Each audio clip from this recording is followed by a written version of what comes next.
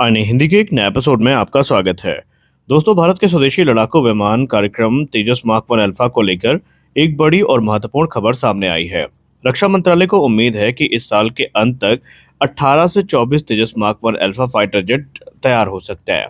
लेकिन सवाल यह है कि जब पिछले कई वर्षों से यह कार्यक्रम देरी का सामना कर रहा था, तब अचानक इतनी बड़ी उम्मीद क्यों दिखाई जा रही है? क्या जनरल इलेक्ट्रिक F404 इंजन की सप्लाई की समस्या अब खत्म हो गई है? और क्या हिंदुस्तान एरोनॉटिक्स लिमिटेड वास्तव में विमान दे पाएगा? और क्या तेजस मार्क 1 अल्फा भारतीय वायुसेना की घटती स्क्वाड्रन की ताकत को संभाल पाएगा? आज के इस वीडियो में हम विस्तार से समझेंगे कि तेजस मार्क 1 अल्फा कार्यक्रम की वर्तमान स्थिति क्या है, देरी क्यों हुई है, कितने विमान तैयार हैं और आने वाले वर्षों में भारतीय वायुसेना को इससे कितना उम्मीद रखना चाहिए और क्या वाकई इससे फायदा मिल पाएगा या नहीं। दोस्तों, हाल ही में भारत के रक्षा मंत्रालय के सोर्सेज ने बताया कि तेजस मार्क 1 अल्फा के उत्पादन और तैयार होने की संख्या इस वर्ष के अंत तक 18 से लेकर 24 विमान तक पहुंच सकती है। रिपोर्ट्स के अनुसार वर्तमान में तकरीबन 6 विमान इंजन के साथ तैयार हैं। हालांकि ये संख्या अभी अंतिम नहीं है, क्योंकि कुछ तकनीकी आवश्यकताओं और परीक्षणों को पूरा किया जाना बाकी है। रक्षा मंत्री राजनाथ सिंह जी ने हाल ही में तेजस कार्यक्रम की समीक्षा की और उसके प्रगति का आकलन किया। सरकार चाहती है कि हिंदुस्तान एरोनॉटिक्स लिमिटेड निर्धारित समय सीमा के भीतर अपने वादों को पूरा करे और वायुसेना को जल्द से जल्द विमान सौंपे। दोस्तों, अब यहाँ पर आपके लिए ये जानना जरूरी है कि देरी हुई क्यों है। देखिए, तेजस मार्क 1 अल्फा कार्यक्रम की सबसे बड़ी समस्या विमान का डिजाइन या हिंदुस्तान एरोनॉटिक्स लिमिटेड की असेंबली लाइन नहीं है। सबसे बड़ी समस्या थी जनरल इलेक्ट्रिक एरोस्पेस द्वारा बनाए जा रहे F404 इंजन की सप्लाई। कोविड महामारी हो गई, वैश्विक सप्लाई चेन संकट हो गया। उत्पादन संबंधी समस्याओं के कारण जो जनरल इलेक्ट्रिक है वो समय पर इंजन नहीं दे पाया था। स्थिति ये हो गई थी कि हिंदुस्तान एरोनॉटिक्स लिमिटेड के पास कई विमान लगभग तैयार थे, लेकिन इंजन न होने के कारण वो उड़ान भरने योग्य नहीं थे। और इसी वजह से भारतीय वायुसेना को लंबे समय तक तेजस मार्क 1 अल्फा की डिलीवरी का इंतजार करना पड़ा। लेकिन अब धीरे धीरे इंजन आपूर्ति शुरू हो चुकी है और इसी कारण रक्षा मंत्रालय को उम्मीद है कि उत्पादन की गति भी अब बढ़ाई जा सकती है। रक्षा मंत्रालय ने स्पष्ट संकेत दिए हैं कि यदि कार्यक्रम में और डिले होती है तो हिंदुस्तान एरोनॉटिक्स लिमिटेड को आर्थिक दंड या पेनाल्टी का सामना करना पड़ सकता है। सरकार चाहती है कि हिंदुस्तान एरोनॉटिक्स लिमिटेड न केवल विमान बनाए, बल्कि भारतीय वायुसेना द्वारा दिए गए सभी निर्धारित तकनीकी आवश्यकताओं को पूरा भी करे।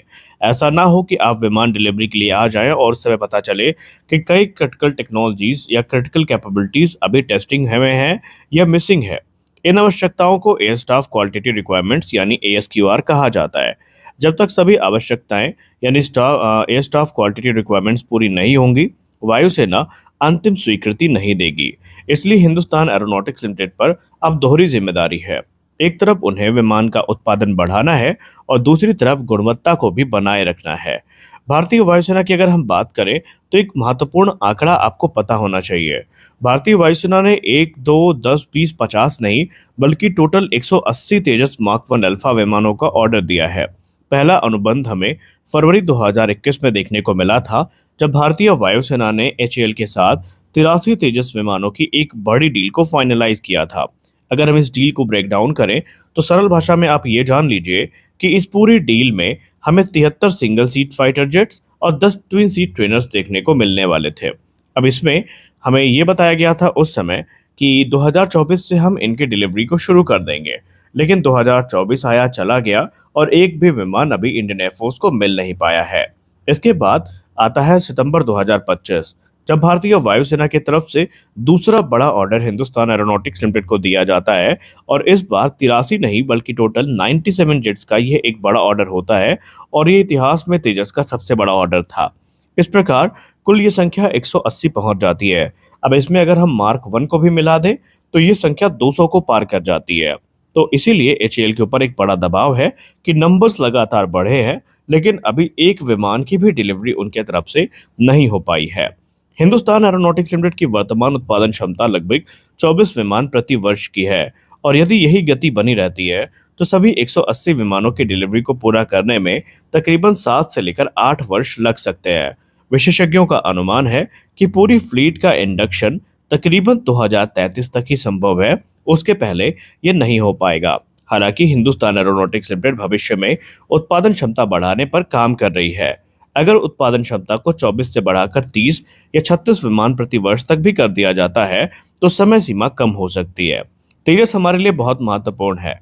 आप में से बहुत सारे लोग अब ये आर्ग्यू करेंगे कि हमने लास्ट वीडियो में आपसे कहा था कि SU-57 को लेकर बात हो रही है, एमका को लेकर बात हो रही है, सुपर सुखोई पर बात चल रही है, तेजस मार्क 2 आने वाला है, तो तेजस मार्क 1 अल्फा इतना महत्वपूर्ण हमारे लिए अब क्यों है? देखिए, भारतीय वायुसेना पिछले कई वर्षों से एक बड़ी समस्या का सामना कर रही है। यह समस्या है स्क्वाड्रन संख्या में लगातार गिरावट। एक समय भारतीय वायुसेना के पास 42 फाइटर स्क्वाड्रन रखने का लक्ष्य था, लेकिन वर्तमान में यह संख्या काफी कम हुई है। इसके पीछे का मुख्य कारण है पुराने मिग-21 लड़ाकू विमानों का रिटायर हो जाना। मिग-21 दशकों तक भारतीय वायुसेना की रीढ़ रहा है, लेकिन अब वो क्योंकि तकनीकी रूप से काफी पुराना हो चुका है, उसका रखरखाव काफी महंगा है और अब वो रिलेटेबल भी नहीं है, तो इसीलिए उनको रिटायर करना पड़ा। और इसी कमी को पूरा करने के लिए तेजस मार्क 1 अल्फा को आना था। एक समय तो ऐसा था जब तेजस मार्क 1 अल्फा को लेकर ये कहा जाने लगा था कि यही मिग-21 की सबसे बड़ी रिप्लेसमेंट है। लेकिन आज तक ये विमान क्योंकि हमें मिले नहीं, इसीलिए इंडियन एयरफोर्स भी काफी मायूस है इनको लेकर। तेजस मार्क 1 अल्फा सिर्फ एक साधारण अपग्रेड नहीं है, यह मूल तेजस मार्क 1 की तुलना में काफी उन्नत संस्करण है। इसमें बहुत सारी आधुनिक तकनीकें जोड़ी गई हैं। इसमें हमें एडवांस एसा रडार देखने को मिलता है। ये रडार एक साथ कई लक्ष्यों को ट्रैक कर सकता है, दुश्मन के विमानों को लंबी दूरी से पहचान सकता है और हवा से हवा और हवा से जमीन दोनों मिशनों में मदद कर सकता है। इसके अलावा इसमें इलेक्ट्रॉनिक वॉरफेयर स्वीट भी ऐड किए गए हैं। ये प्रणाली दुश्मन के रडार और मिसाइलों को पहचानती है, साथ ही आवश्यकता पड़ने पर उन्हें जाम कर सकती है। ये विमान की जीवित रहने की संभावना यानी उसकी चांसेस ऑफ सर्वाइबिलिटी को काफी इम्प्रूव करती है। इसमें हमें air to air refuelling capability देखने को मिलती है। इस सुविधा के कारण विमान हवा में ईंधन भर सकता है, जिससे इसकी ऑपरेशनल रेंज और मिशन अवधि दोनों बढ़ जाते हैं। इसमें हमें बेहतर मेंटेनेंस सिस्टम देखने को मिलते हैं। तेजस मार्क 1 अल्फा में नया डायग्नोस्टिक और रखरखाव सिस्टम भी लगाया गया है, जिससे विमान को कम समय में दोबारा मिशन के लिए तैयार किया जा सकता है। स्वदेशीकरण में भी बड़ी सफलता हमें देखने को मिली है। तेजस मार्क 1 अल्फा की एक और बड़ी उपलब्धि ये है कि इसका जो इंडिजनाइजेशन रेट है वो लगातार बढ़ा है। रिपोर्ट्स के अनुसार विमान में 64% से अधिक स्वदेशी सामग्री शामिल है। इसके अलावा 67 अतिरिक्त जो भारतीय निर्मित कंपोनेंट्स हैं वो इस विमान में जोड़े गए हैं, जिसका मतलब है कि भारत धीरे धीरे विदेशी निर्भरता को कम कर रहा है और अपनी रक्षा उत्पादन क्षमता को मजबूत कर रहा है। अब बात करते हैं इसकी युद्ध क्षमता की। तेजस मार्क 1 अल्फा को कई प्रकार के अत्याधुनिक हथियारों से जोड़ा गया है। इसमें हमें अस्त्र सीरीज की BVR missile, close combat missile, laser guided bomb, precision guided munition, anti ship missile और 23 mm की आंतरिक तोप भी देखने को मिल जाती है। इसके अलावा विमान में कई हार्ड पॉइंट्स मौजूद हैं, जहां पर ये अतिरिक्त हथियार और ईंधन ले जा सकता है।